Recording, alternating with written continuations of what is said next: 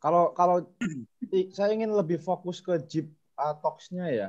Jadi pengennya sih nanti gambarannya itu lebih meramaikan diskusi-diskusi Jeep Talks ini lebih meramaikan untuk ruang publik ya yang sedang didominasi oleh berbagai macam pemikiran, ideologi, gagasan, apapun itu sliveran-sliveran yang ada sehingga menjadi suatu ruang tersendiri untuk berefleksi begitu. Itu yang pertama. Terus yang kedua itu sebuah gerakan untuk menuju bagaimana menjadi masyarakat yang lebih baik lagi. Lebih baik maksudnya lebih demokratis, lebih reflektif, dan tahu tentang dirinya sendiri. Itu yang utama. Kemudian membentuk ya dari dua hal itu kita tentunya akan membentuk cara berpikir kritis. Maksudnya kritis itu bukan asal mengkritik ya, tapi bagaimana kita lebih ke dalam bisa refleksi. Kemudian refleksi kita ke dalam itu bisa di-share ke yang lainnya seperti sekarang ini kita lakukan. Jadi misalnya ada refleksi saya yang saya ingin share dengan Hamzah, dengan Abi gitu. Terus responnya Hamzah dan Abi itu sebenarnya sama nggak sih ya? Kayak curhat lah, tapi curhat secara intelektual, bisa jadi bilang seperti itu. Jadi forum-forum ini menjadi penting karena menurut saya lebih banyak forum lain ya, itu lebih banyak satu menciptakan konfrontasi atau membuat konfrontasi atau konflik biar ramai saja sehingga banyak yang nonton gitu. Tapi nanti kalau kita kayak gitu nggak ada yang nonton dong. Ah ini acara membosankan banget sih. Kok cara kalau nonton jadi malah tambah pusing gitu. Ya kayak webinar yang terlalu sering tuh Mas. Kadang-kadang saking monotonnya, ya orang cari sertifikatnya tok gitu loh. Nyala terus pulang udah saking membosankan gitu webinar.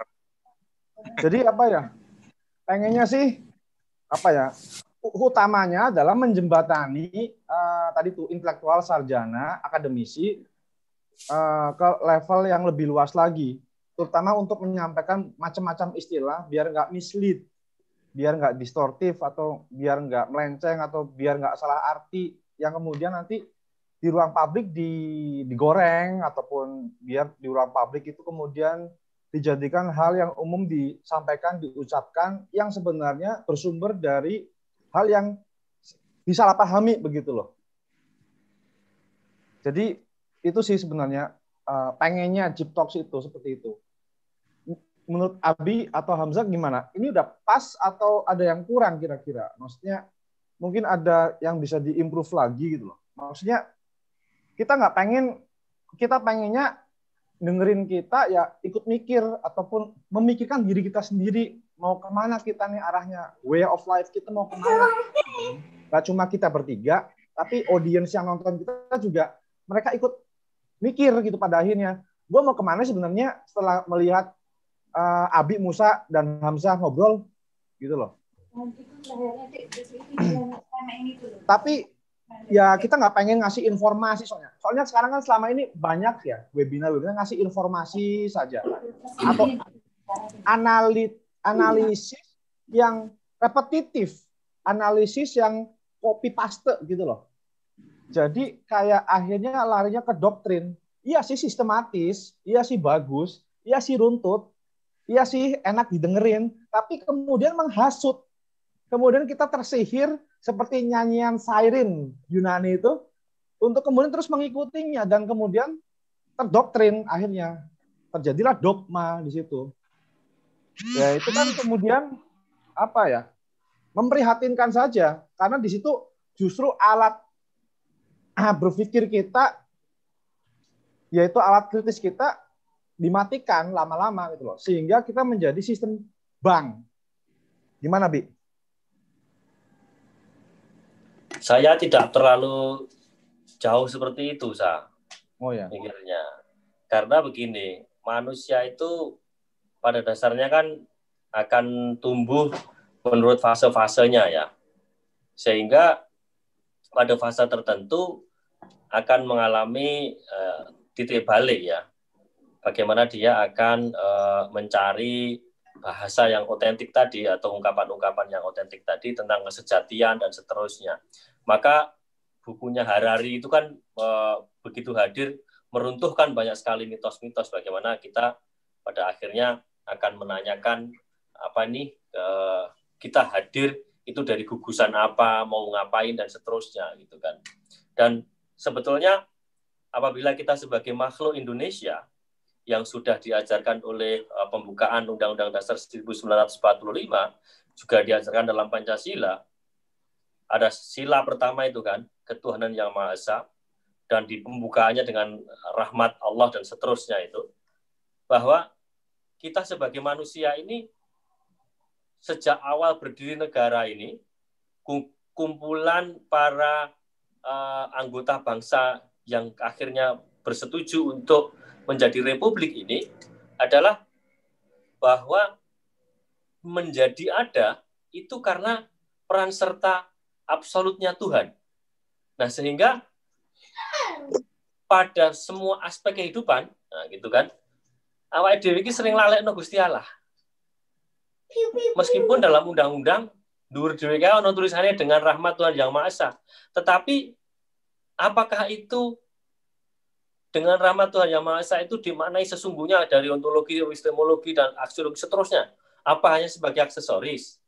Misalnya menciptakan suatu undang-undang tertentu. Apa undang-undang kuwi digawe pernah takon karo nalare Gusti Allah, kira-kira iki penak ora ya iki digawe ngene iki penak ora, apik apa ora, tepak apa ora. Nah, itu kan baru nanti ke sila kedua seterusnya sampai keadilan sosial gitu. Maka ketika manusia Indonesia atau kita yang ada dalam ruang diskusi ini belum sampai ke tahap itu ya gak apa-apa, gak usah dipaksa-paksa ke. Karena pada masanya akan sampai ke sana makomnya dengan berjalannya waktu ya. Artinya memang revolusi kesadaran itu diperlukan. Tetapi bagaimana caranya itu kita menstimulus melalui ruang ini dan itu akan kembali kepada masing-masing orang untuk meresepsinya. Apakah akan bertindak atau hanya cukup melihat, mendengarkan atau abai. Nah, maka disitulah hadir sosok atau kelompok intelektual di situ yang kalau diturunkan dalam Pancasila ini sila ke telu kae pemersatu kan gitu. Ya. Para kita inilah itu. Tetapi saya tidak terlalu agung menyebut diri saya intelektual. Takut berdosa itu. Karena nggak begitu serius menekuni dunia ini. Jadi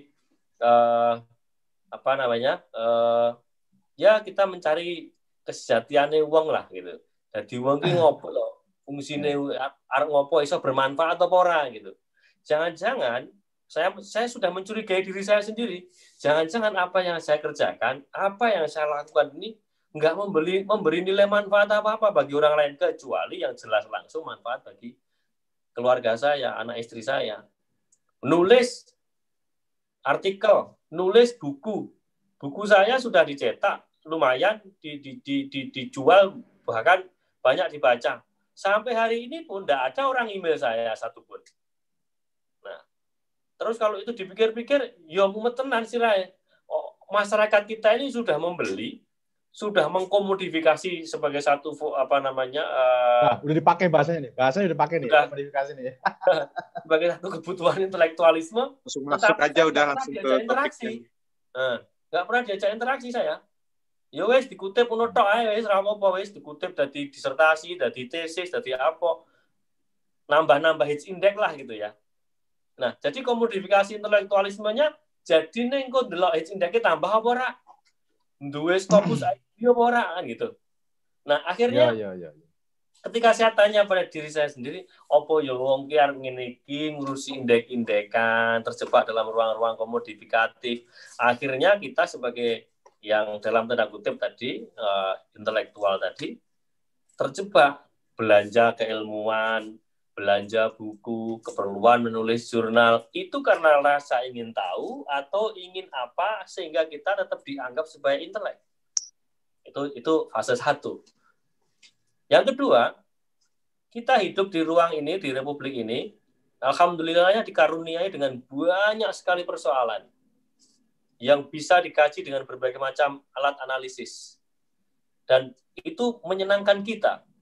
Tetapi apabila kita mengungkapkannya itu dengan bahasa dekolonialisasi, dengan bahasanya Hamzah Fansuri tadi, alat-alat analisis kita ini rasa-rasanya itu tidak cukup ampuh, tidak cukup mumpuni untuk membedahnya.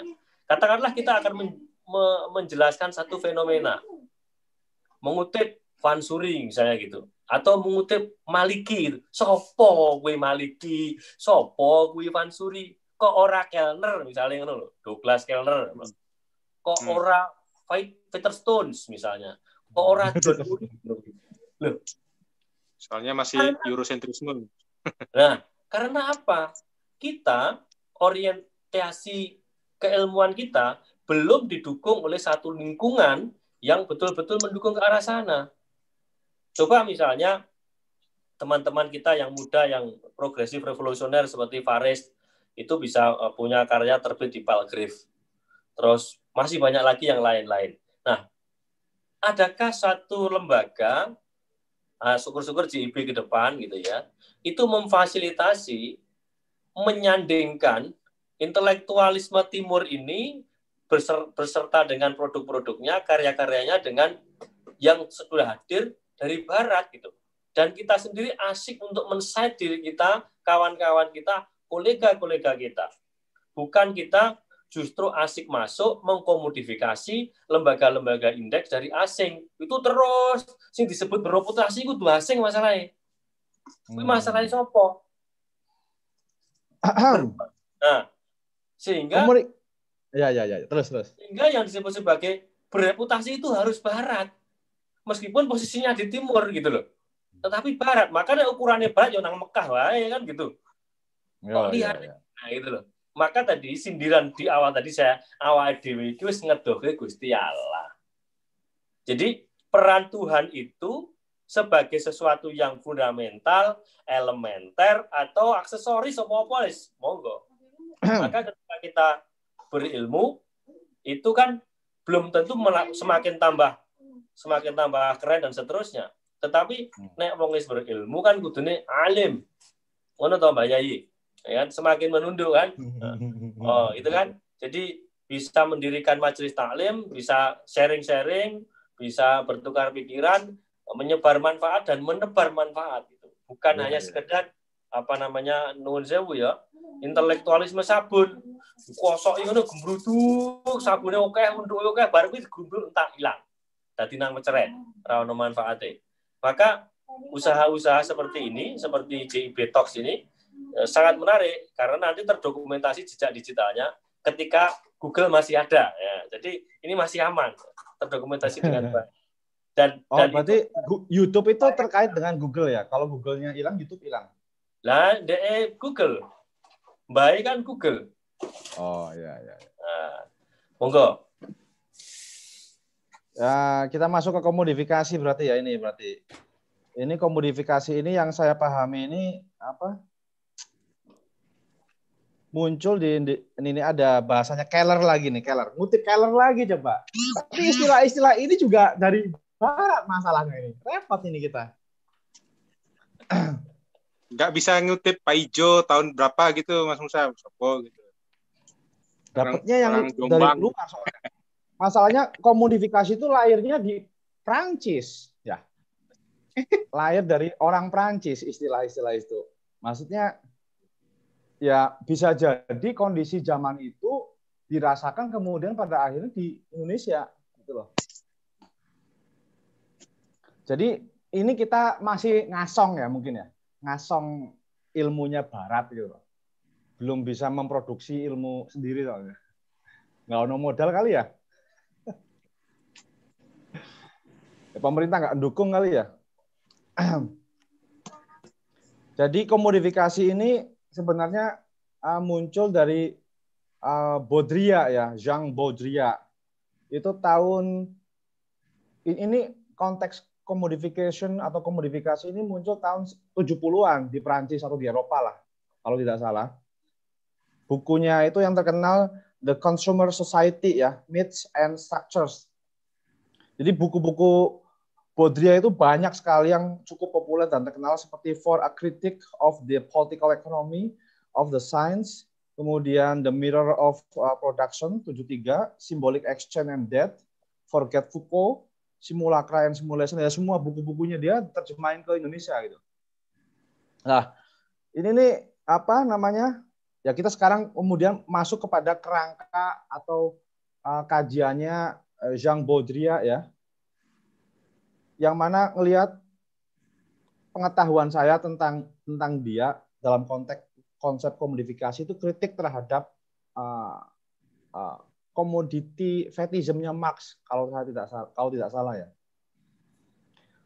Jadi kalau komoditi fetishism itu sebenarnya produk barang-barang yang kemudian menjauhkan barang-barang tersebut dengan buruhnya.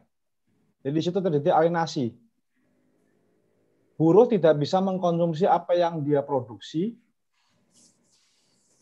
Kemudian buruh juga terjarak atau teralienasi terhadap dirinya sendiri.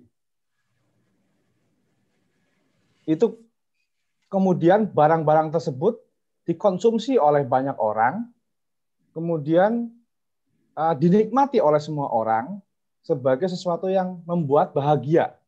Itu fetishismnya di situ. Kalau nggak salah itu Marx, masih dibilang Marx. Dan masih terkait faktor produksi. Dan masih terkait pada rasio instrumental. Maksudnya itu masih dalam wilayah, itu pun masih dalam wilayah masih ada rasionalitas atau rasio instrumental tadi itu. Nah ini dikritik semuanya sama si Jean Baudrillard yang melihat bahwa pertama commodity fetishism itu berubah menjadi commodification. Artinya semua barang itu bisa menjadi sangat spiritual dalam tanda petik atau menciptakan fantasi atau menggoda manusia untuk kemudian merasa hidup dan mempunyai imajinasi bersama barang tersebut. Dan manusia kemudian di situ menjadi tidak hanya barang, bukan barang sendiri, tapi manusia pun kemudian dibarangkan. Komodifikasi itu. Dan kehidupan, culture, semua aspek totalisme kebudayaan manusia zaman sekarang itu diperjualbelikan pada akhirnya secara total. Menjadi komoditi gitu. Komoditi yang tadinya itu barang saja yang dihidupkan, tapi kemudian komodifikasi itu menyebar ke kebudayaan, gaya hidup, makanan, semuanya gitu, totalistik. Kemudian yang tadinya fokus kepada faktor produksi, yaitu pabrik dan menciptakan barang, kemudian diperjualbelikan, itu dan dibeli oleh konsumen, kemudian berubah menjadi mode of consumerism. Jadi nggak fokus lagi di faktor produksi, tapi faktor konsumennya itu pun, pembelinya itu menjadi labor juga. Dan kita sekarang harus tuh konsum biar sirkulasi perekonomian itu jalan terus-menerus. Dan di situ yang muncul bukan rasio instrumental lagi, tapi di situ yang muncul adalah fantasi, imajinasi, happiness. Tapi kemudian yang dipertanyakan dari pribadi saya adalah makna hidup itu apa? Karena happiness itu hanya sesaat ketika kita membeli sesuatu yang di situ sesuatu itu mempunyai imajinasi tertentu yang membuat kita bahagia atau engage dengan imajinasi di barang tersebut yang menghidupkan kita, memaknai kita. Tapi kemudian maknanya happiness saat itu kita punyai gitu. Tidak everlasting gitu. Itu aja sih saya kira tentang komodifikasi dan masyarakat konsumen kan tentunya apa ya? Ini saya tulis di sini. Pertama, situasi ada alienasi tadi. Itu kan sama yang kemudian kita tidak bisa keluar dari alienasi total itu gitu loh. Kita terjebak di situ. Jadi ambivalensi, kita sadar, ngerti bahwa ini happiness, joyness, dan fantasi semua yang hidup di zaman sekarang ini, berbagai macam merek, brand, semuanya itu tahu itu bukan itu nggak benar, tapi itu hanya pilihan-pilihan yang diproduksi oleh apa namanya sistem kapitalisme global, tapi kita nggak bisa keluar dari situ. Kemudian yang berikutnya adalah apapun di dunia sekarang ini diperjualbelikan, dan kalau diperjualbelikan itu ya tadi tuh alienasi lagi, kembali lagi. Kemudian jadi alienasi itu ada di mana-mana. Kayak kalau Foucault tuh bilang power is everywhere gitu kan. Tidak hanya di state, tetapi di kita juga. Kemudian the end of transcendence yang tadi selalu Abi bilang atau apa namanya khotbahkan gitu kali ya. Where individuals can neither perceive their own true needs or another way of life. Tuhan itu aksesoris atau esensial atau sesuatu yang diimajinasikan sehingga kita mempunyai makna kehidupan, gitu loh. Atau sesuatu beyond everything sehingga we are zero, kita tuh nol, atau bisa jadi kita adalah bulan dan matahari adalah Tuhannya sehingga memancarkan cahaya kepada bulan. Jadi kita tuh akan hilang, nggak penting karena ada Tuhan. Jadi apa ya? Terhisap oleh kebesaran Tuhan kita jadi nggak ada. Gitu. Atau seperti itu gitu loh gambarannya. Saya ingin komentar dari siapa, terserah, mau Hamzah atau mau Abi. Evan. Apa ya, Mas Musa memantiknya saya jadi apa? Jadi kayak ingat materi-materi kuliah dulu ya. Yang apa? Kalau saya tuh selalu agak kesusahan memahami sebuah teori itu secara epistemologis misalnya kayak gitu. Bagaimana misalnya tadi Mas Musa bilang tentang pemikirannya Zhang Butriya, kemudian dan lain-lain. Cuma kalau saya selalu membayangkan teori-teori itu dari dulu supaya dia lebih bisa bisa diimplementasikan. Jadi bisa kita buat refleksinya dalam kehidupan yang real gitu, dalam sehari-hari. Jadi kalau pemaparan Mas Musa tadi itu ya begitu, kayak saya ingat ke belakang lagi ya.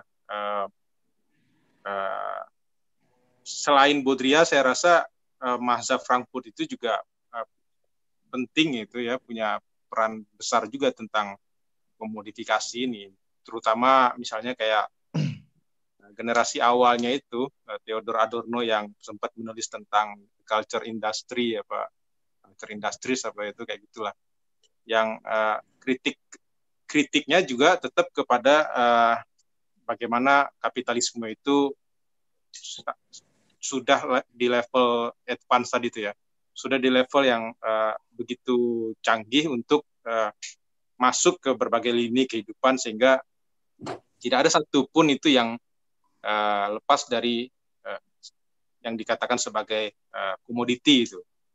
Artinya kayak gini, kalau saya lihat rumpun keilmuannya memang baik Baudrillard atau mazhab Frankfurt kan memang kemarsian juga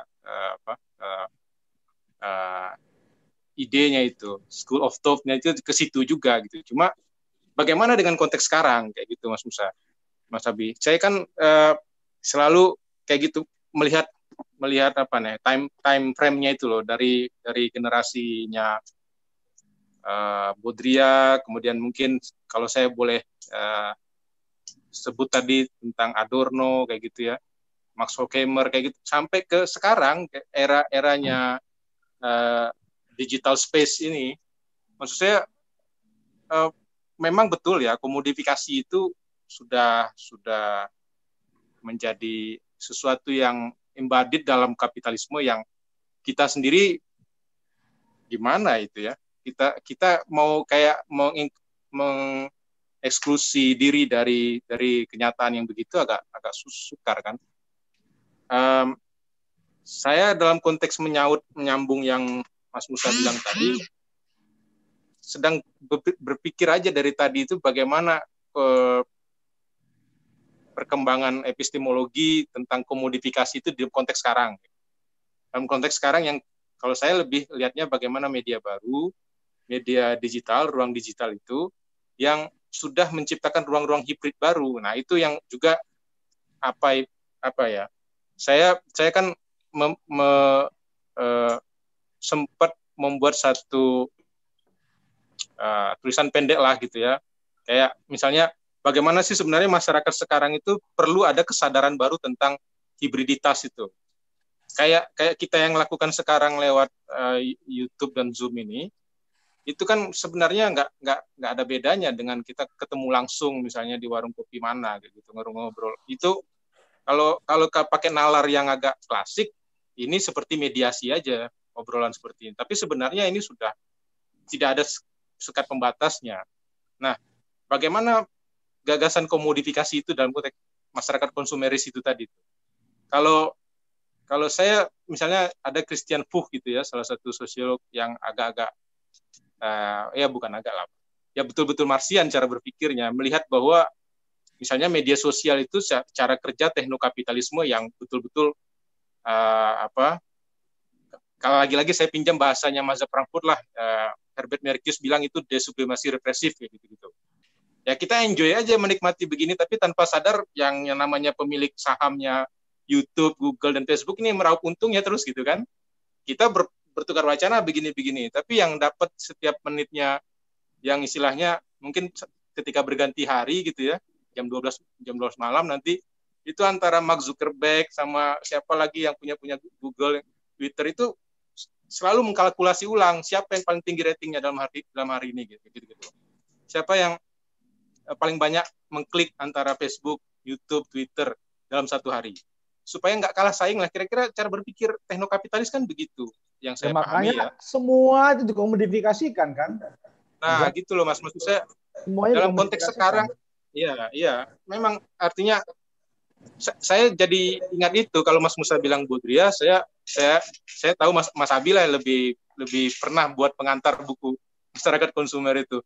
Tapi kalau saya ngelihatnya ke Herbert Marcuse itu tadi Mas, tentang kita sebenarnya direpresi tapi nggak terbuai gitu kan, terlena istilahnya di sublimasi represif itu. Ya kita enak gitu kayak gini ya, bertukar wacana. Ya saya contohnya kemarin ngasih kuliah online ya ke mahasiswa. Itu contoh sederhana Mas, ini refleksi saya. Kasih kuliah online ke mahasiswa pakai Zoom atau Google Meet atau Microsoft Teams gitu. Saya kasih opsi gitu. Sebagian besar mahasiswa milih pakai Zoom aja. Saya tanya alasannya apa? Ya lebih praktis pertama. Tapi yang uniknya ketika saya beri kuliah kayak gini, mahasiswanya matiin semua itu, videonya off semua. Alasannya sederhana, ngabisin paket data katanya. Kayak gitu-gitu. Lah maksud saya kan ya siapa yang dapat untung dari paket data gitu-gitu ya. Kita sebenarnya sedang sharing wacana, sharing pengetahuan supaya pengetahuan itu reproduktif gitu loh kan. Supaya hidup dialektikanya, tapi ternyata ada faktor lain kayak gitu loh, ada faktor lain yang berat juga sih. Ya. Udara yang kita hirup aja udah kapitalis ini. Nah itu Mas, apalagi Jakarta Mas, oksigen itu ada harganya sekarang. Oksigen yang bersih itu harus ke Bogor katanya. Ya. Untuk ya, gitu dapat air yang bagus di sekitar BSD kan kira-kira begitu, untuk dapat air yang bagus ya. Atau bermacet-macetan ke puncak Mas itu. Iya. Okay. Jadi kalau saya melihatnya begini, kawan-kawan, saya tidak mau berpura-pura melihatnya dalam perspektif yang terlalu kritis atau ke kiri-kirian dan seterusnya. Tetapi saya ingin melihat dari posisi yang lebih berimbang lah gitu ya. Pertama-tama mari kita kembali kepada asal muasal kita berada lah di bumi Indonesia ini gitu ya.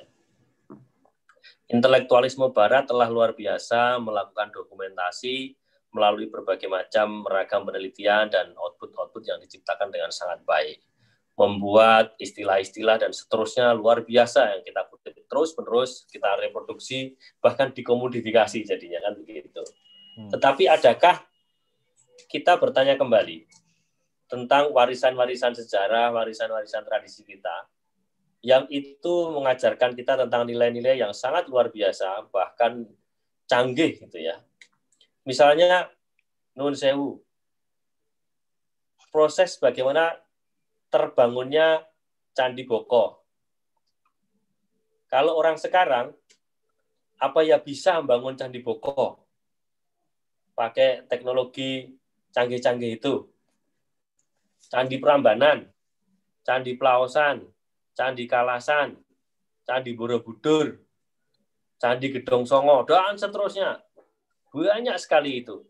Tetapi belum ada referensi yang kukuh yang menyatakan bahwa aktor-aktor di dalamnya bisa reproduksi tahap berikutnya, dikomodifikasi sehingga sering dirujuk. Itu satu. Yang kedua, belum ada keberpihakan yang secara serius ya, dari siapapun di situ. Kalau masyarakat, misalnya masyarakat biasa seperti kita, wisatawan ya, nggak pernah mempunyai rasa memiliki yang baik gitu ya. Respect yang baik terhadap objek-objek tadi. Dibawa ke era yang lebih modern, lebih canggih, misalnya bangunan dibuat baru selesai, langsung ada pilot di sana. Nulis-nulis macam-macam. Nggak ada rasa menghargai, menghormati, dan seterusnya. Nah, orang Barat semua terdokumentasi dengan baik. Dan kalau mau dokumentasi dengan baik, kita masuk dalam ruang-ruang yang dibuat dan diciptakan oleh orang Barat. Dan itu komodifikatif, pasti. Nah, sekarang bagaimana kita mampu mendudukkan aset-aset kita ini, yang tangible maupun yang intangible itu, dalam ruang komodifikatif dan akhirnya reproduktif, dan itu menghasilkan sesuatu. Sesuatu itu bukan semata-mata itu adalah akumulasi keuangan atau akumulasi kapital. Tetapi kalau kita mau meminjam istilahnya, bahasanya orang Jepang itu ada ikigai itu ya. Terus kemudian bahasanya orang Swedia itu adalah lahgum. Jadi cukup itu adalah cukup. Katakanlah cukup itu cukup. Duwe kelambi telu ya cukup misalnya gitu. Mangan sedino ping telu cukup. Mobil siji wae cukup. Omah siji cukup misalnya kayak gitu. Tetapi kan kata cukup itu tidak cukup hanya ditafsirkan dan dilaksanakan dengan itu. Butuh kerangka aksi dan komitmen yang kuat. Maka kalau dengan cara ikigai tadi, orang Jepang mengajarkan hidup yang sangat sederhana. Kamarnya minimalis, rumahnya minimalis, bajunya hanya beberapa helai. Sementara kita dituntut dengan berbagai macam atribusi yang luar biasa konsumtif. Gak cukup-cukup. Gak pernah merasa cukup. Karena dibuat itu adalah kita merasa itu perlu. Kita merasa itu butuh. Gitu. Sehingga kita harus mengonsumsi. Tetapi dilema dalam ekonomi modern, kalau kita tidak mengonsumsi, ya nanti barang yang dijual itu tidak laku, terus akhirnya dampak ekonominya sangat sistemik dan menjadi breakdown kan. Nah itu tergantung dari bagaimana komoditas yang dikomodifikasi itu, terkomodifikasi itu mampu direproduksi secara intelektual dan sebagai satu produk-produk derivatif yang tidak hanya semata-mata habis dikonsumsi. Nah, ini tantangan zaman kita di Indonesia dan di mana saja gitu. Dan komodifikasi itu sudah datang dari atas kepala kita. Maka nggak usah pakai teorinya macam-macam, Baudrillard dan seterusnya itulah abot banget, gue. tuku bukunya paling yang dijejer ngono tok ora diwaca gitu ya. Kalau pakai musik lah misalnya gitu. Pakai musiknya si Linkin Park ya. Breaking the Habit. Kita harus berani mematahkan kebiasaan kita dari kepala kita ini, bagaimana mendudukkan, melihat sesuatu itu. Maka saya sebagai masyarakat mengasosiasikan sebagai masyarakat yang biasa, saya bertanya secara filosofis kan sudah banyak kita baca ya buku-buku itu, teori-teori itu sudah banyak kita baca, tetapi saya breakdown ke hal-hal yang lebih kecil. Apa esensi dari sistem kepemilikan itu?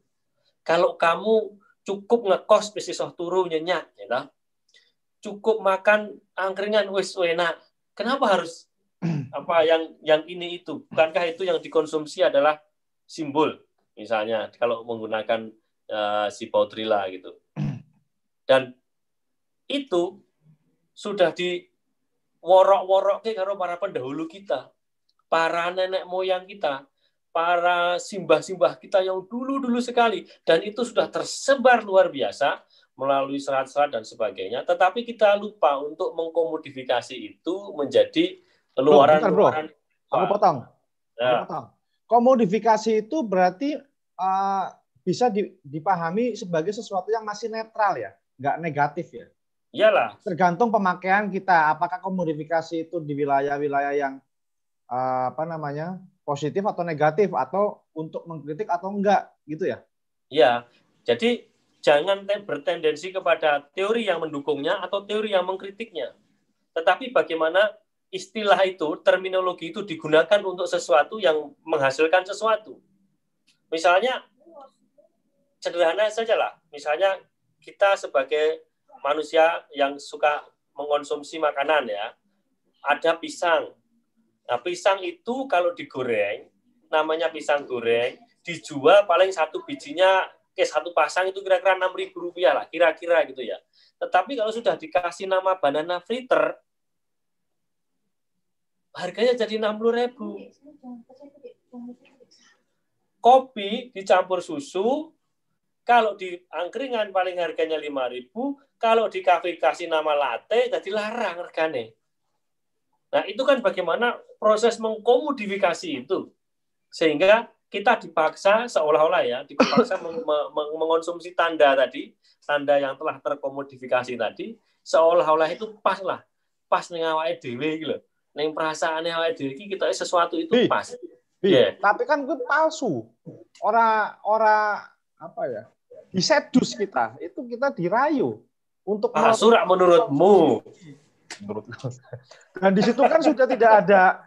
Dan di situ kan sudah tidak ada rasionalitas, adanya keinginan, want, desire, bukan kebutuhan, gitu loh. Bagi yang punya produk, bagi yang memproduksi ya itu bukan sejus kan.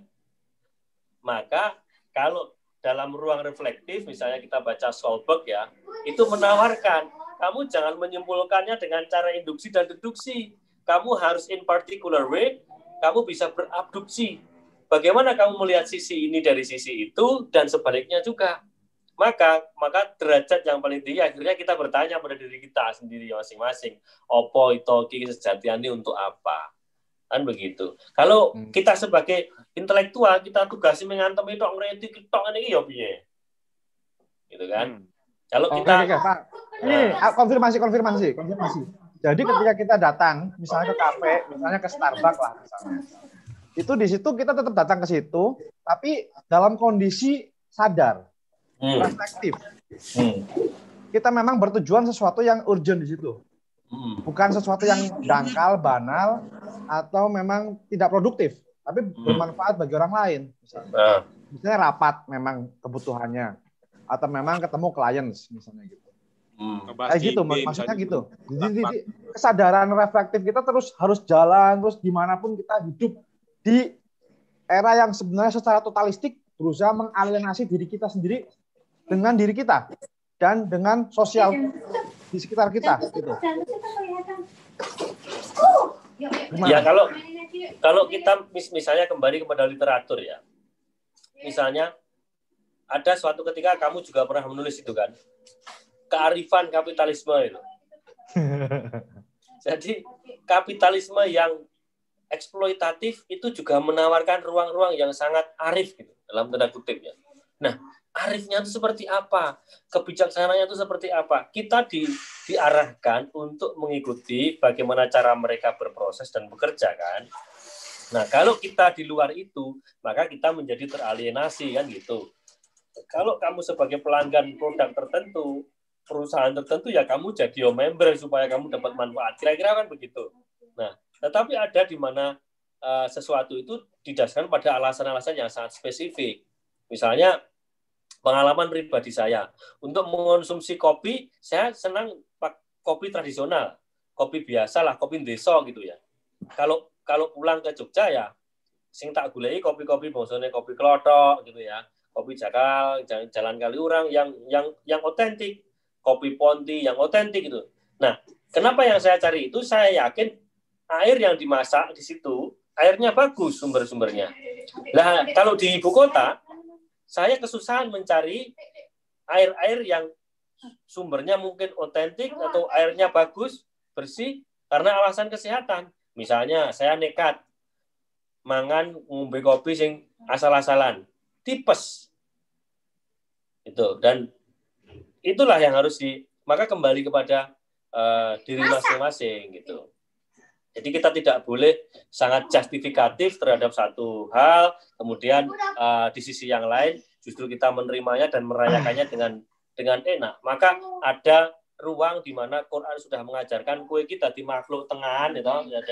Jadi yang tengah kene iki kira-kira orang munggah banget, orang mudun banget, tengah-tengah wae lah. Kalau sampai jenenge hidungnya apa? Jalan ketiga ya. There's not way. Nah, jalan ketiga meskipun dikritik karo wong juga ya ora ono entek-entek pokoknya sing ngono kuwi donya kuwi. Maka ruang reflektif tadi kita diajarkan oleh Sobek itu untuk berpikir dan menelaah yaitu secara abduktif kan gitu. Enggak krono banget, rarene banget. Ini ya. Ini terus ya. Nah. Ini loh ceritanya Dek Nabi Yunus. Oke. Hamzah mau ngomong apa Hamzah? Komentar apa? Mas ini saya suaranya putus-putus atau lambat, delay nggak? Enggak. Soalnya videonya Mas Musa sama Sabi itu sedikit gitu internetnya. Nabi Yunus alaihissalam. Barusan ada notifikasi paket data Anda habis. Aduh, berat ini ngomong komodifikasi pakai data mau habis ini gimana? Lah, itu namanya kapitalisme big data. Iya. Gini aja. Saya nyambung yang Mas Abi tentang the third way atau the middle path kayak gitu ya. Nah, bahasa agamanya moderat. Kalau saya lihat videonya Nabi Yunus ya. Menjadi ummah wasat. Ya, itu memang ini ya dari kemarin itu saya berpikir kayak gini, bagaimana kita menilai atau mengamati fenomena masyarakat konsumeris itu secara tepat gitu, secara tidak menghakimi dan tanda kutip ya, tidak secara intelektual pun tidak supaya lebih enak lah jalan tengah tadi. Nah, memang pada satu sisi saya belakangan ini akan berupaya kayak gitu-gitu, kayak gitu tentunya. Misalnya saya ambil contoh ya, fenomena Habib Rizik lah kayak gitu, fenomena balihonya yang dipaksa turun sama TNI itu.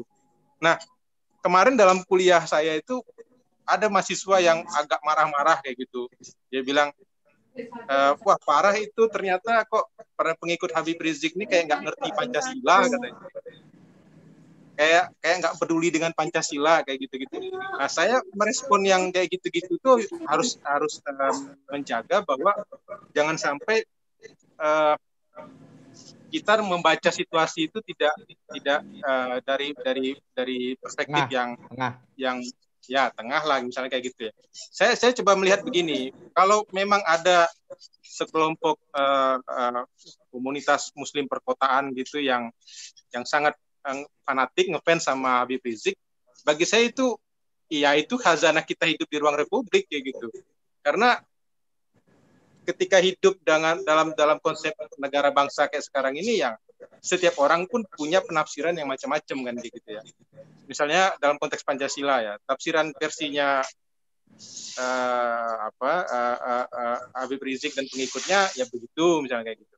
Atau apa namanya istilahnya Mas siapa ya, banyak kemarin yang bicara tentang ada ide tentang NKRI bersyariah ya.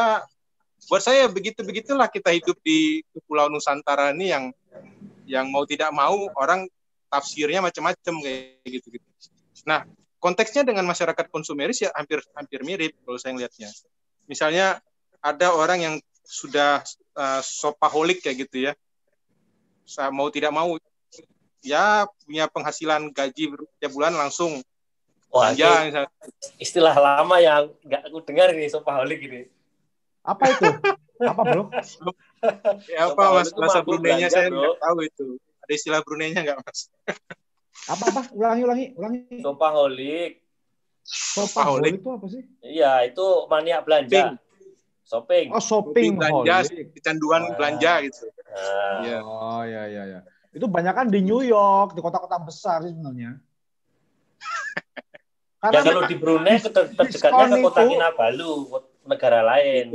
Masalahnya itu aku nggak lihat orang-orang sini kalau belanja di Singapura. Itu kan Jakarta itu kiblatnya New York Mas. Itu orang-orang Jakarta itu kiblatnya kan.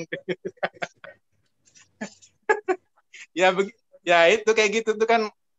Bagaimana misalnya ngelihat kayak gitulah fenomena masyarakat di kota kosmopolit kayak Jakarta itu, kota metropolitan kayak Jakarta itu loh, yang ketika terima gaji misalnya, langsung rame-rame itu ke mall atau pokoknya tanggal 1 mall rame sama tanggal Selawe munggah mall rame. Setelah tanggal 10 sampai tanggal 20 mall biasa. Nah itu kita berkunjung Van sebagai orang kreatif. Oh iya. Ada juga yang lebih ini agak radikal Mas, memaksakan tetap belanja dengan kartu kredit itu loh. Oh iya. Lintas itu ampun plastik. Kita. Maksudnya saya ngelihat fenomena apa ya, yang kayak gitu-gitu tuh sekarang pengen kita kaji dalam sudut pandang ilmu sosial. Kalau pakai sudut pandang komodifikasi ini tadi kayaknya enggak. Kalau Mas Musa tadi kan agak kayak apa ya, coba mengkonfirmasi ulang. Apakah komodifikasi ini tends to be negatif gitu ya?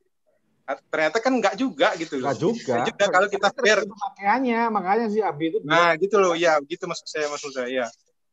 Kalau kita lihat dari berbagai lini, berbagai segi, mungkin komodifikasi ini satu sisi iyalah ya, kita karena kita terlanjur dari awal kan Mas Musa Baudrillard, saya ke Herbert Mercius kayak gitu-gitu misalnya. Tapi kita lupa bahwa ternyata di sisi yang lain juga ada faktor lain yang mungkin nggak bisa kita mengadili ya, dalam tanda kutip, bahwa masyarakat konsumeris itu masyarakat yang banal gitu loh Mas. Titik gitu ya, banal titik gitu ya, superficial. Itu kan anggapannya orang yang belajar ilmu sosial, ilmu politik, ilmu kemanusiaan. Melihatnya seperti itu. Tapi bagi orang yang ada di ilmu ekonomi, ya itu diperlukan. Nah, komodifikasi gitu. itu. Nah, dalam konteks ini, yang satu memproduksi, yang satu mengkritik kan gitu. Kalau tidak ada itu, jadinya nggak ada konsumsi, nggak ada konsumerisme, resesi kok jare. Nah, ya. Nah, makanya kayak gini-gini, dalam konteks kayak gini, saya rasa cari lagi lah kira-kira the middle path-nya itu apa gitu ya. Misalnya apa ya? Komentar nih. Jadi aku pengen nanya nih sama Hamzah juga nih komentarnya. Jadi seduction ya, konteksnya seduction nih. Emosi dan sentimennya ke Habib Rizik yang gitu, sama nggak sih dengan cewek-cewek yang suka Korea, K-pop, BTS misalnya, atau dengan spiritualisme yang nangis, dengan dia berzikir kayak gini, itu ekstasinya sebenarnya secara esensial, secara perilaku, secara prinsip itu sama nggak sih sebenarnya di masyarakat konsumerisme ini? Karena sebenarnya semuanya itu nggak rasional pada akhirnya. Itu cuma ekstase aja. Nah, itu saya potong dikit Mas. Kalau saya potong dikit itu, kalau Mas Musa bilang nggak rasional, saya harus bilang statement Mas Musa itu agak gegabah itu. Kayak gitu loh. Iya. Karena begini, ya karena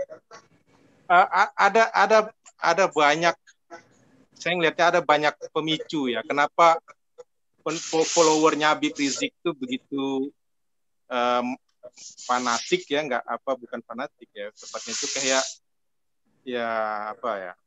Nah, saya coba melihat begini. Ini yang sedang juga kebetulan ya, saya sedang nulis itu belakangan ini.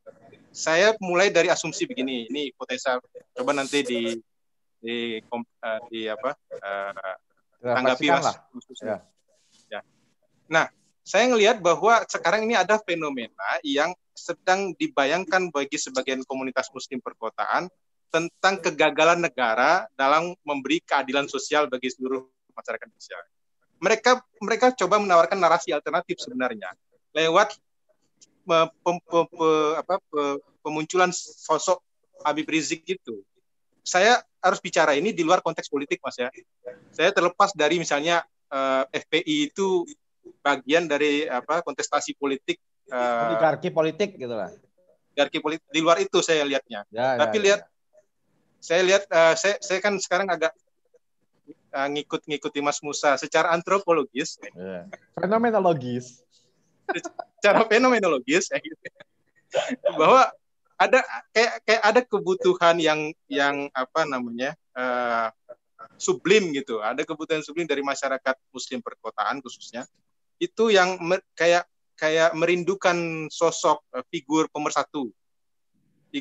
Karena melihat banyak sekali negara yang gagal kayak gitu dalam mengayomi warga negara.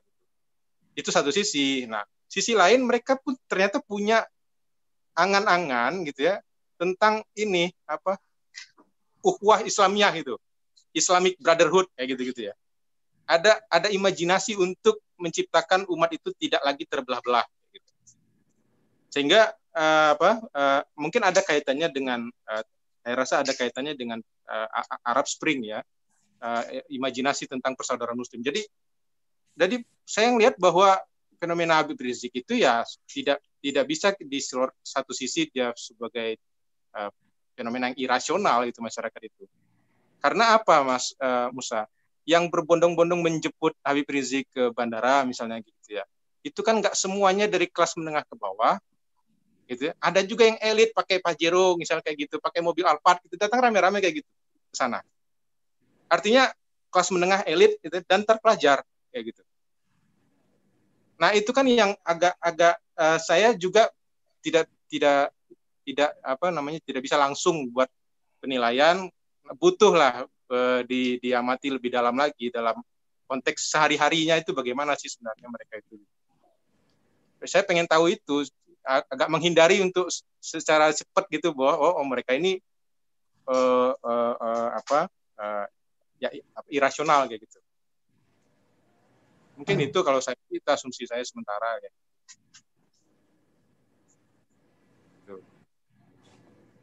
Karena kan kemudian kalau ngomongin ini semua, itu kan kita hanya berada di ruang dimensi tadi tuh, sentimen, emosi, joyness, happiness, seduction. Ya. Dan yang kedua, itu satu paket ya. Yang paket kedua adalah mencari makna hidup. How give meaning to our life gitu loh.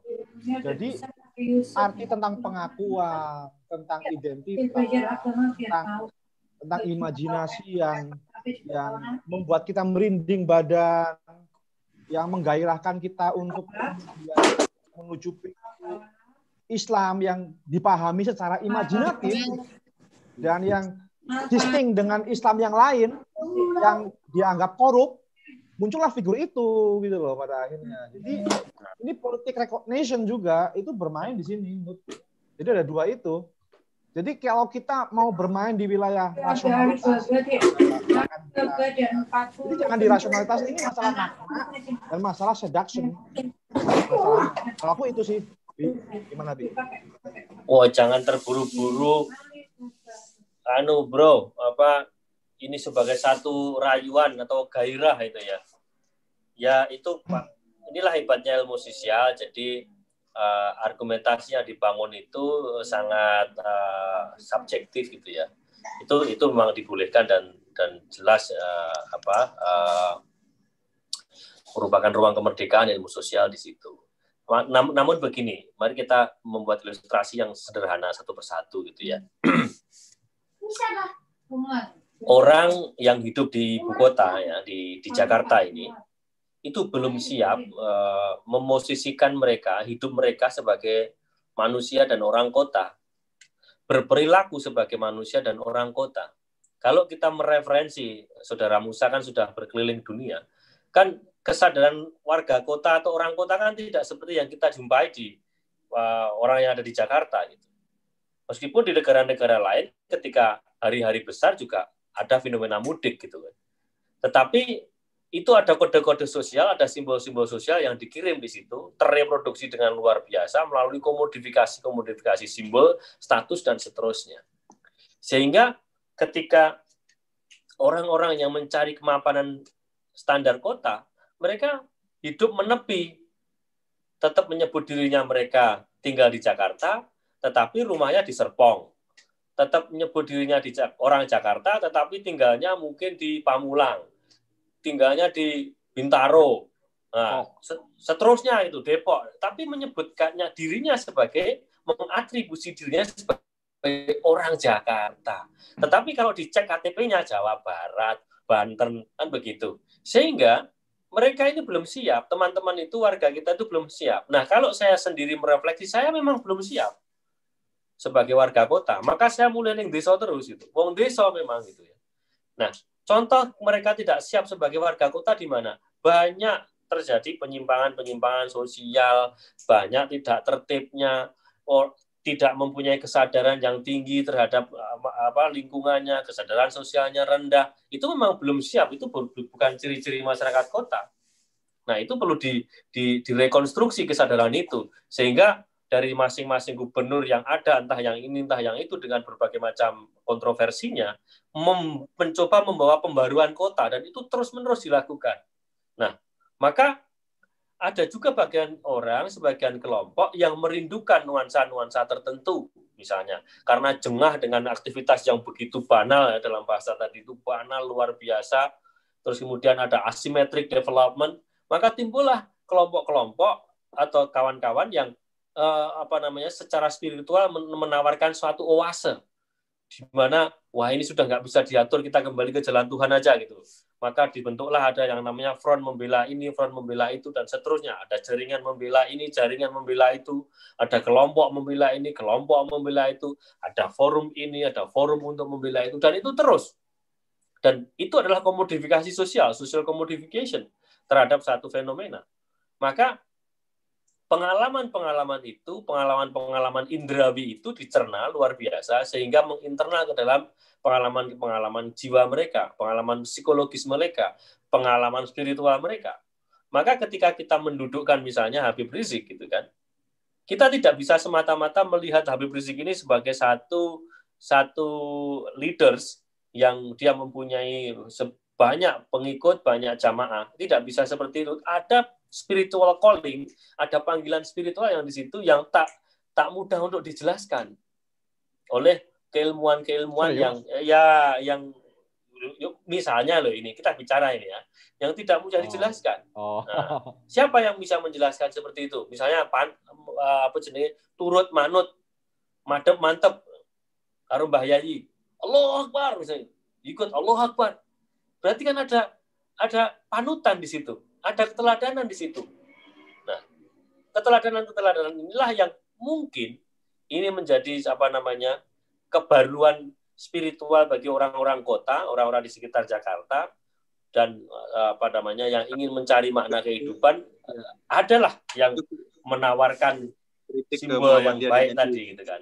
Simbol untuk menghidupkan bahwa Islam itu adalah sebagai jalan hidup.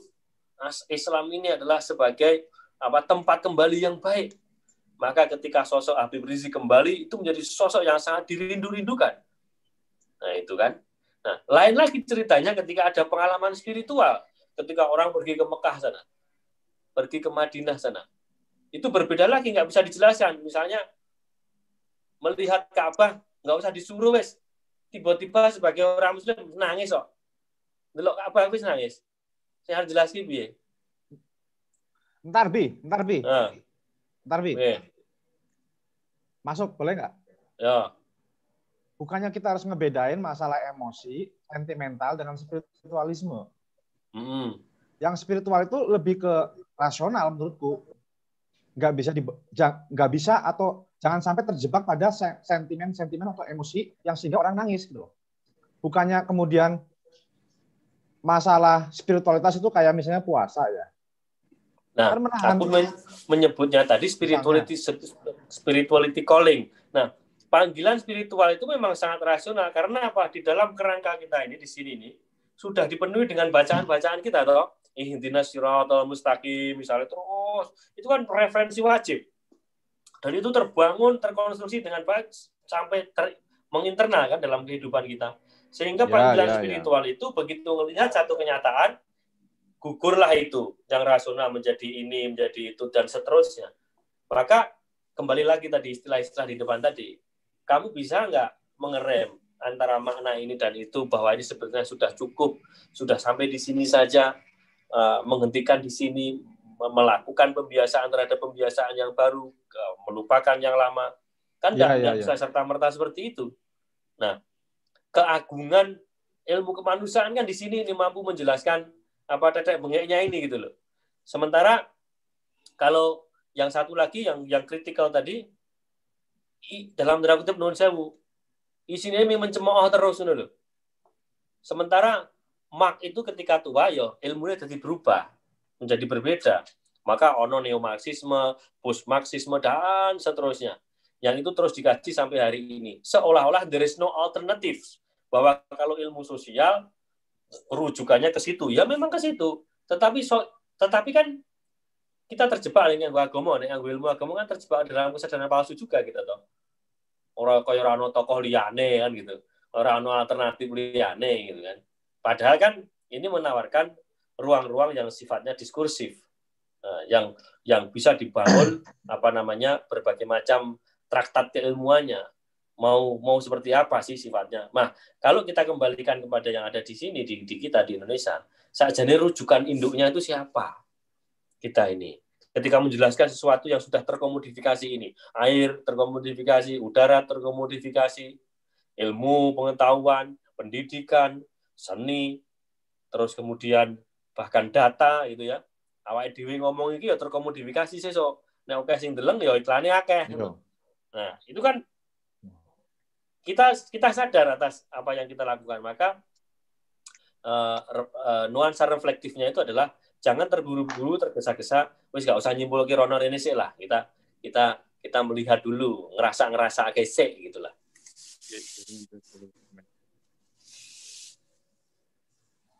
Rasake. Yang aku ingin ungkapkan di sini adalah bagaimana kita ini sebenarnya bisa berefleksi dengan membawa nilai-nilai spiritualitas di ilmu sosial ataupun ilmu kebudayaan. Yang selama ini kita seolah-olah disekulerkan gitu loh. Maksudnya dipisahkan.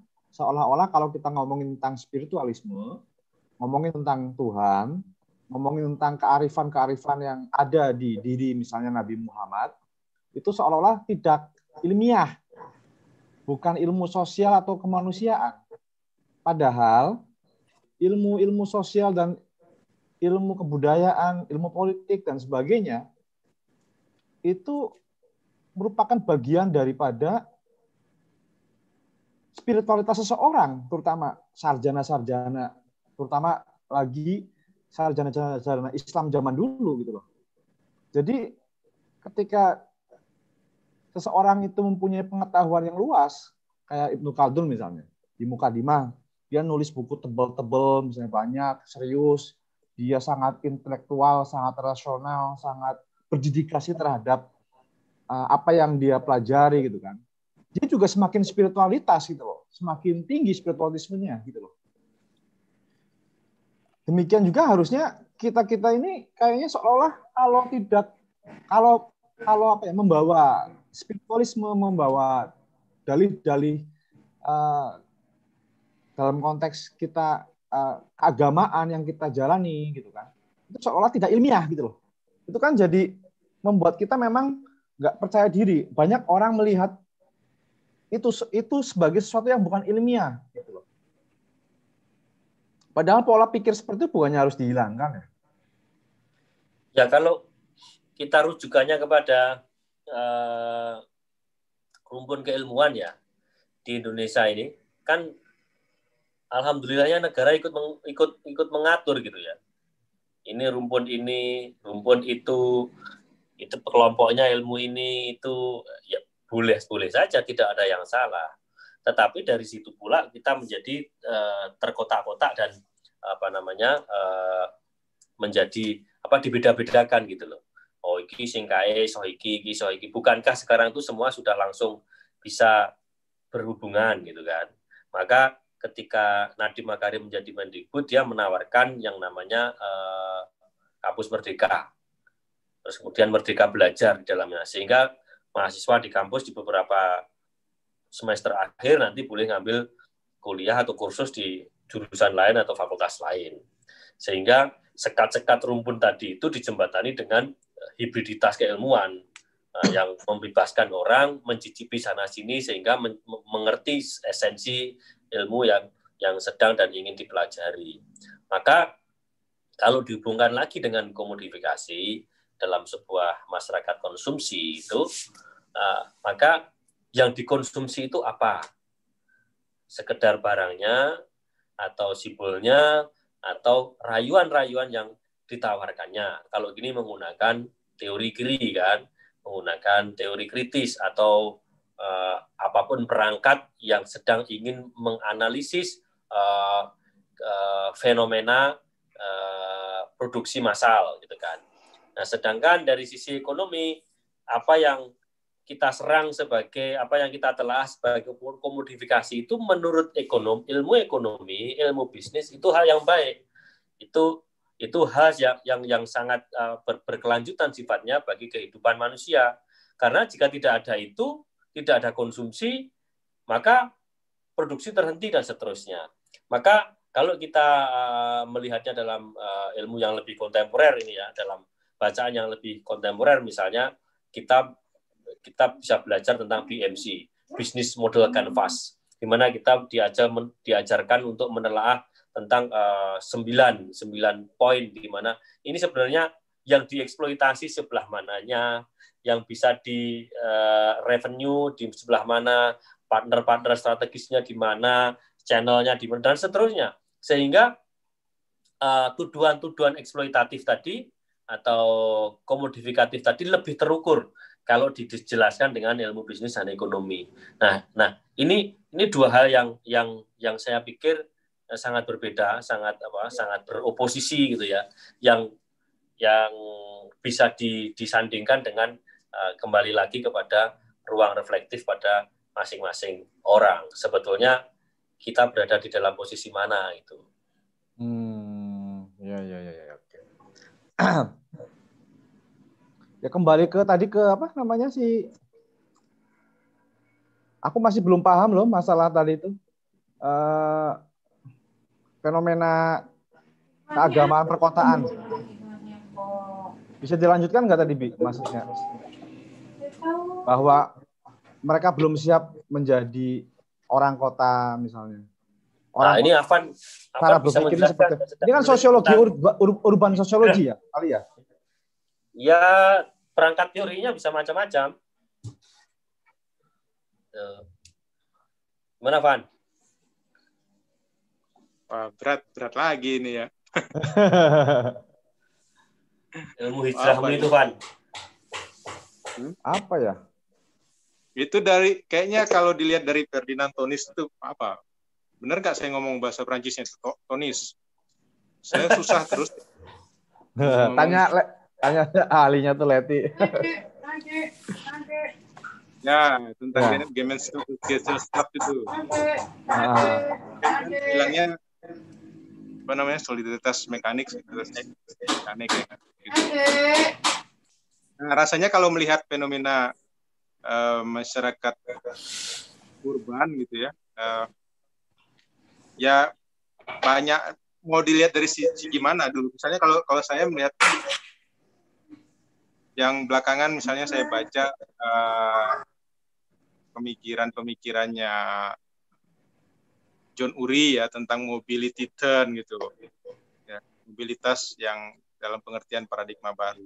Nah, itu kan berlangsung masif di kota yang infrastrukturnya menunjang itu. Kalau saya melihat bahwa ya memang bisa sih Mas Abi tadi bilang masyarakat kota itu belum begitu siap menghadapi modernitas. Jangan-jangan sisa-sisa apa namanya itu yang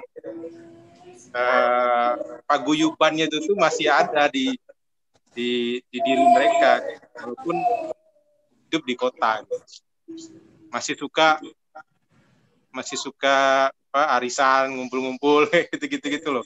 Jadi hidup di ruang kota, tapi ada berbenturan antara karakteristik masyarakat desa dan masyarakat kotanya itu.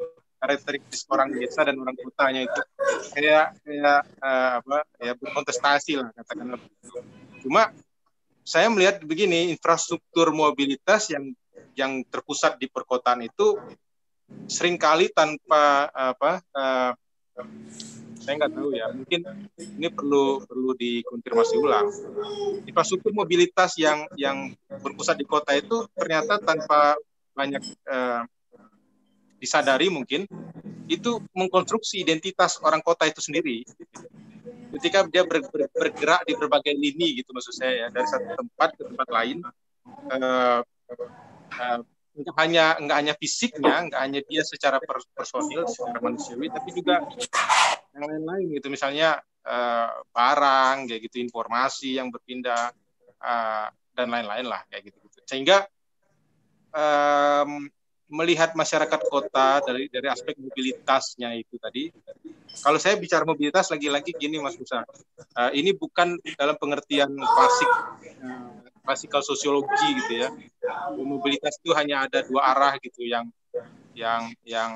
vertikal atau yang horizontal, gitu. Pindahan itu. Tapi dalam paradigma baru yang melihat ada 5 bentuk yang saling interrelated itu mobilitasnya. Misalnya dari physical mobility, travel mobility, communicative travel, imaginative travel, kayak gitu-gitu. Itu yang kalau menurut saya sendiri di masyarakat Eropa dan Amerika itu sedang agak serius sedang mengembangkan paradigma baru itu. Ternyata begini, saya nggak melihat bahwa itu terlalu simplistis ya melihat fenomena masyarakat perkotaan. Cuma yang menariknya adalah ternyata kalau kita lihat fenomena mobilitas yang infrastrukturnya bagi pemerintah khususnya bagi negara itu gencar habis-habisan itu dibangun itu. Misalnya kayak kalau kita di Jakarta kan MRT kayak gitu ya, apalagi KRL kayak gitu, terus bus Transjakarta itu kayak gitu-gitu. Ya itu kan dalam rangka menunjang mobilitas. Tapi di balik itu semua apa sih sebenarnya? Di balik itu semua saya melihat bahwa bagaimana kehidupan sehari-hari, ya life experience itu, daily life mereka itu yang membentuk siapa mereka, siapa sih saya gitu. Saya yang tiap pagi harus segera bergegas pergi ke kantor, kemudian supaya menghindari kemacetan kayak gitu-gitulah misalnya. Kemudian pulang lagi malam hari, tanpa sadar yang kayak gitu-gitu mengkonstruksi cara berpikir mereka tentang siapa mereka sebagai orang kota, siapa mereka itu. Nah, jadi ada aspek yang saya rasa perlu perlu di ini ya. Memang ya satu sisi oke lah ya, kita lihat masyarakat kota itu seperti yang Mas Abi tadi bilang, tapi kalau saya melihatnya memang ya apa namanya, perbedaan kota dan desa itu kan sudah jelas ya. Kalau tadi lagi-lagi Lefebvre apa tuh? Lefebvre itu bilang Louvre, nah sudah. Itu bilang ruang kota itu kan ruang yang diproduksi oleh kapitalisme gitu. Sehingga dia tidak lepaskan dari unsur-unsur kayak gitu loh Mas. Maksud saya ada banyak ruang di perkotaan macam-macam gitu bentuknya itu. Tapi kepekaan kita bahwa di balik itu ada apa sih sebenarnya gitu. Ada kepentingan apa di balik? Sehingga produksi ruang kota itu masif gitu ya, masih susah dibendung.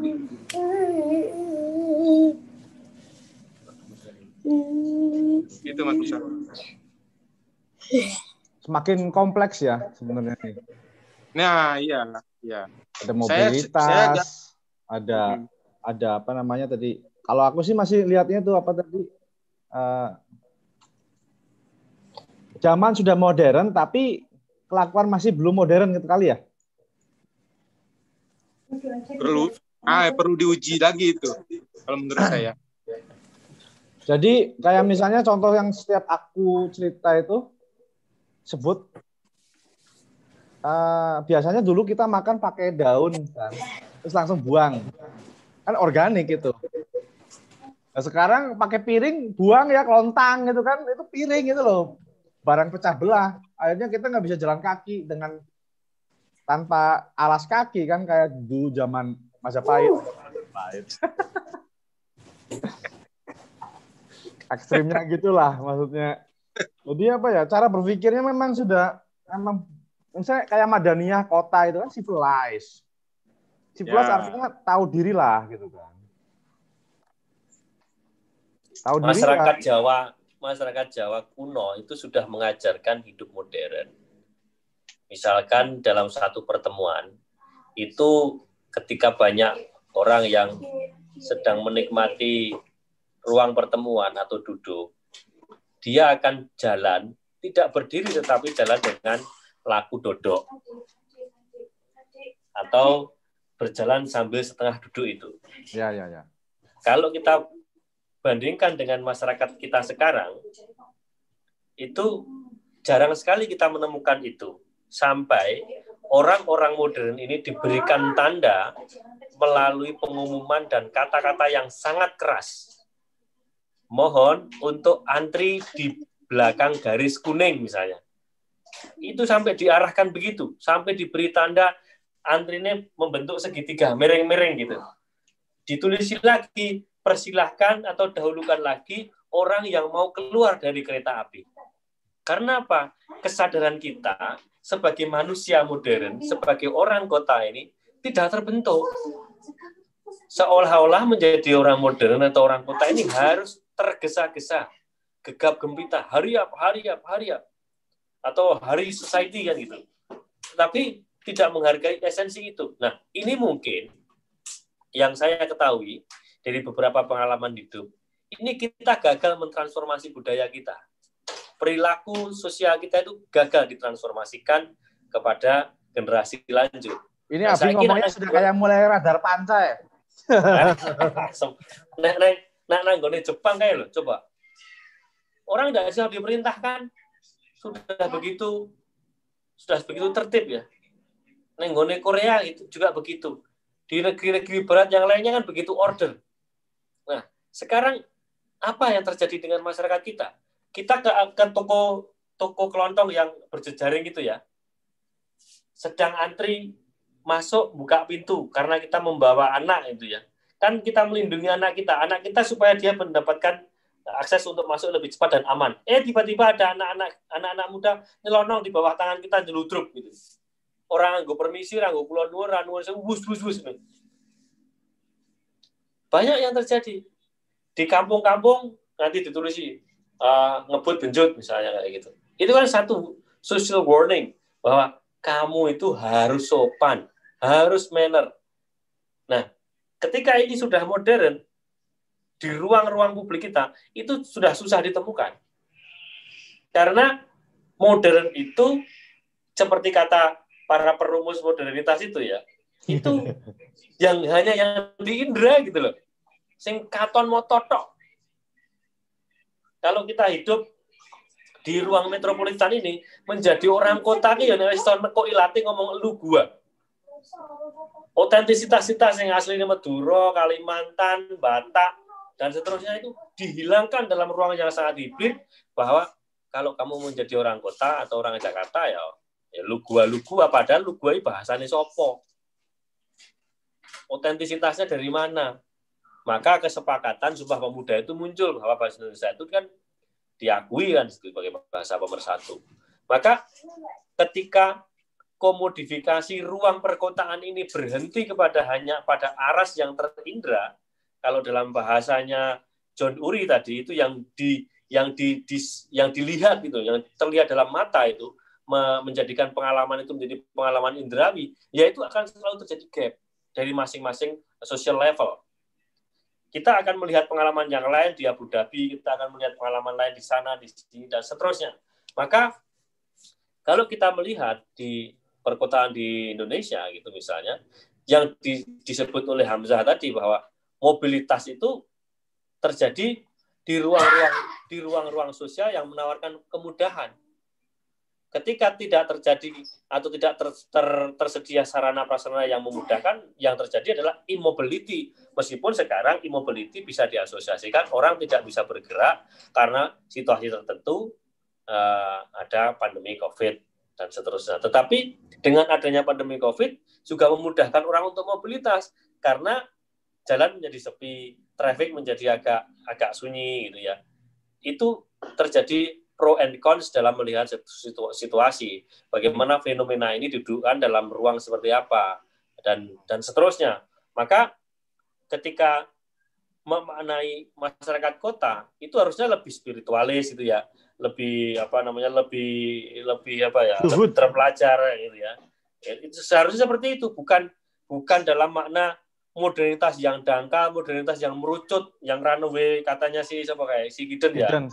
Bukan yang merucut gitu, tetapi yang namanya modern itu seperti yang diceritakan oleh Rasulullah, yang diceritakan oleh para sahabatnya bahwa orang modern atau orang kota itu orang yang mampu, dalam bahasa modern kita ini, orang yang mampu berdemokrasi dengan sangat baik. Bahwa demokrasi itu bukan semata-mata voting, orang nyoblos tok gitu loh.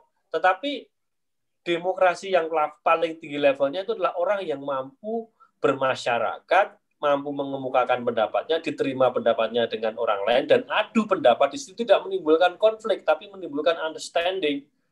Nah, itulah masyarakat demokrasi. Tetapi apa yang terjadi? Demokrasi jatuhnya pemilu kada. Itulah disebut sebagai demokrasi. Ya, itu prosedur. Itu bisa dibilang dengan komodifikasi demokrasi enggak? Bisa. Nah, sekarang ini pilkada ini Desember komodifikasi dong. Memutar perekonomian. Lah iya. Jelas gue, makanya ragilem ditunda toh. Dan kalau kita bawa kepada sila satu ketuhanan yang Maha Esa tadi, kalau kita yakin bahwa Tuhan itu adalah Allah Subhanahu wa taala itu ya. Kan pemimpin itu piye toh kategorisasi pemimpin itu? Nek ngentut mundur. Nah sekarang kan tidak begitu. Jadi kita memilih sesuatu yang sebetulnya ya sakjane iki leader apa ora kan gitu. Kalau teori monarki kan mengatakan bahwa yang disebut sebagai pemimpin ini kan wong sing entuk wahyu toh, Bro. Yo. Wong sing pinilih kan gitu. Lah iki ora entuk wahyu, ora entuk apa? Dituku kok wahyune. Dikontestasikan atas dasar modernitas. Ya kan? Yang kedua, setelah terkontestasi yang dapat wahyu tadi, ya kan?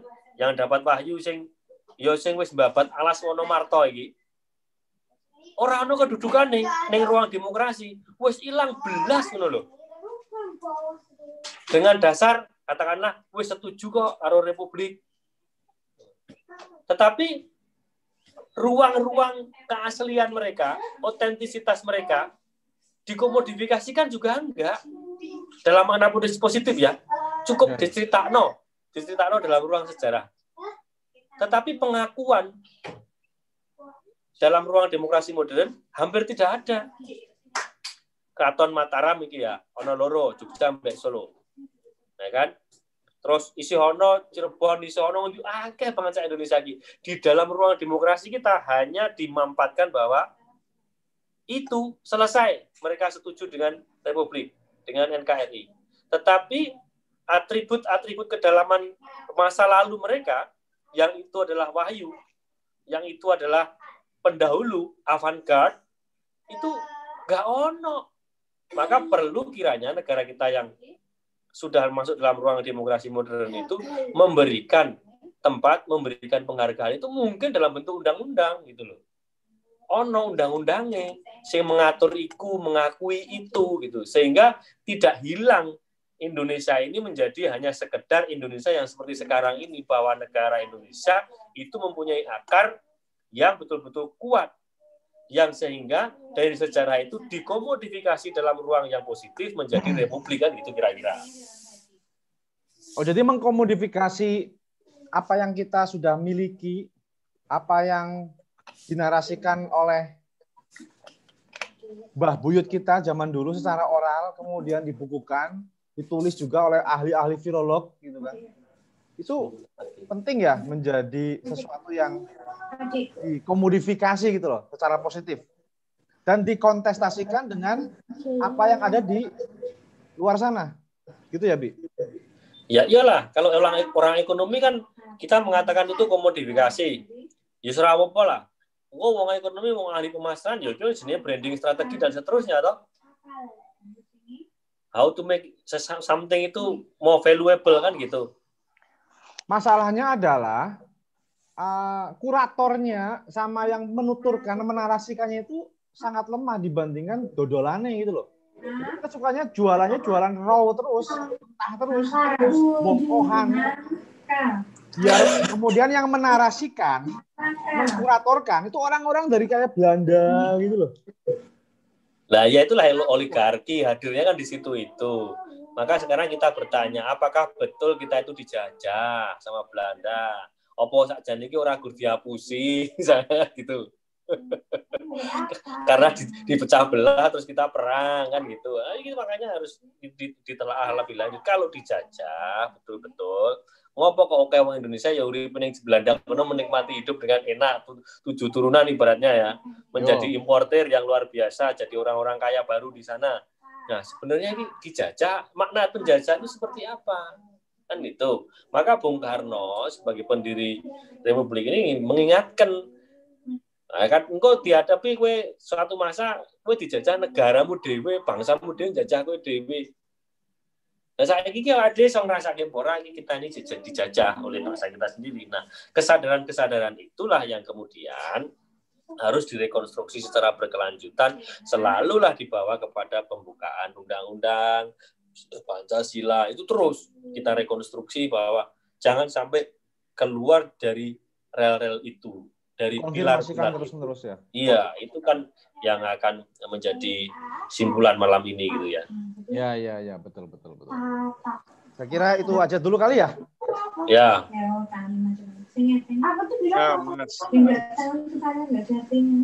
Wis 2 jam lho, Pan. Ntar aku kabari teman dulu. Yang ini apa? Koordinir. Apa? Koordinir apa? Bentar.